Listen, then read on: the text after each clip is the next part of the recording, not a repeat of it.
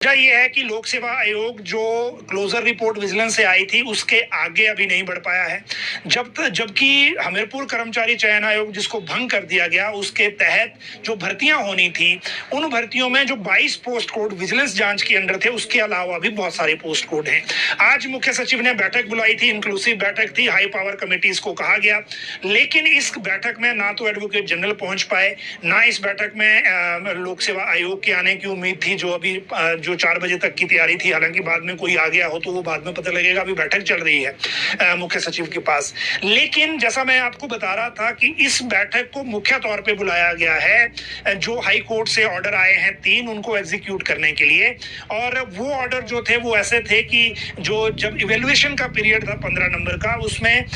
जो ऑर्डर दिए गए हैं उसमें कई जगह मेरिट बदलने की बात है, कई जगह रिजल्ट नए सिरे से जारी करने की बात है, कई जगह करेक्शन करने की बात है। तो वो एक ऐसी व्यवस्था है अब कि हमीरपुर कर्मचारी चयन आयोग का रिकॉर्ड पुराना वहां देखना पड़ेगा, उसके बाद उसको स्क्रीन करना पड़ेगा, फिर वो रिकमेंड करेंगे, फिर पर्सनल उसको लागू करेगा।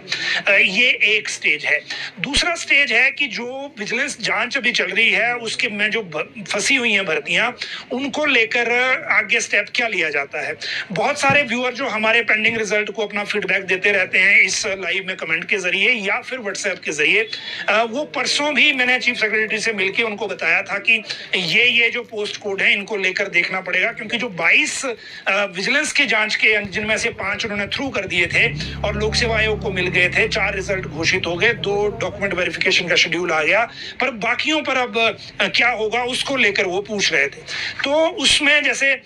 जो डिस्कशन है, क्योंकि विजिलेंस की जो हेड हैं वो उस बैठक में शामिल हुई हैं, हालांकि भरत खेड़ा जिस बैठक में आज नहीं है, लॉ से भी लोग हैं, पर्सनल से भी लोग हैं, तो डिस्कशन तो इसमें होगी और आगे रास्ता भी निकलेगा। जो प्रपोजल मुख्य सचिव के बैठक के लिए बनाया गया था उसके अनुसार जो ये इवैल्यूएशन है जो पुराने रिकॉर्ड के हिसाब से देखना है, उसमें उस हमीरपुर में एडीएम या एडीसी किसी एक कोई एक आम या कमेटी बना के दिया जा सकता है, क्योंकि ओएसडी के लेवल की बात नहीं बची है जिसको हमीरपुर में लगाया गया है,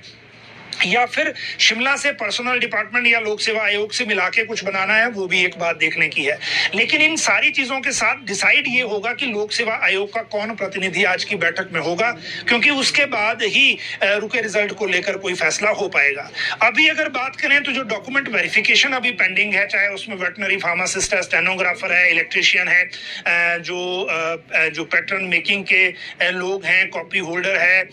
जो सुपरवाइजर हैं, सैनिटरी सुपरवाइजर हैं, साइकोलॉजिस्ट हैं, और इसी तरह से रिहैबिलिटेशन ऑफिसर हैं, वर्कशॉप इंस्ट्रक्टर हैं, और कोऑपरेटिव सोसाइटीज के जो किन्नौर के जो सेक्रेटरी हैं वो भी एक पोस्ट कोड उसमें है, और टाइपिंग टेस्ट जिनके पेंडिंग हैं वो भी अभी हैं, उसमें JOIT भी है 1000 पोस्ट कोड वाला। लेकिन रिटन टेस्ट जिनके पेंडिंग है ये 12 या 13 पोस्ट कोड हैं, और इनके जो रिटन टेस्ट हैं उनको लेकर जो अभी लोक सेवा आयोग इसी कंटिन्यूटी में चलेगा या रिक्वेजिशन भी नए सिरे से होगी, वो अभी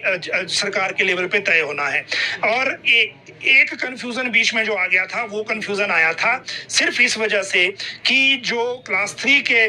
कॉन्ट्रैक्ट के जो रूल्स हैं वो चेंज होने थे, उसका क्या होगा। अभी तक रूल्स को पेंड कर दिया गया था, लेकिन जो शिक्षा विभाग की भर्तियां बीच में 5000 से ज्यादा हैं उनको लेकर एक फैसला होना था, उस फैसले का सभी इंतजार कर रहे हैं। और अगर उसमें वर्तमान नियमों के तहत ही भर्तियां होनी है तो फिर उसमें ये देखना होगा कि जो लोक सेवा आयोग से, जहां हमीरपुर कर्मचारी चयन आयोग से जिनमें रिटन टेस्ट नहीं हुआ है वो कंटिन्यूटी में होगा या फिर नए सिरे से रिक्वेजिशन में होगा। तो ये भी आज ही डिस्कशन में आना था, और ये भी आना था आज ही डिस्कशन में कि जो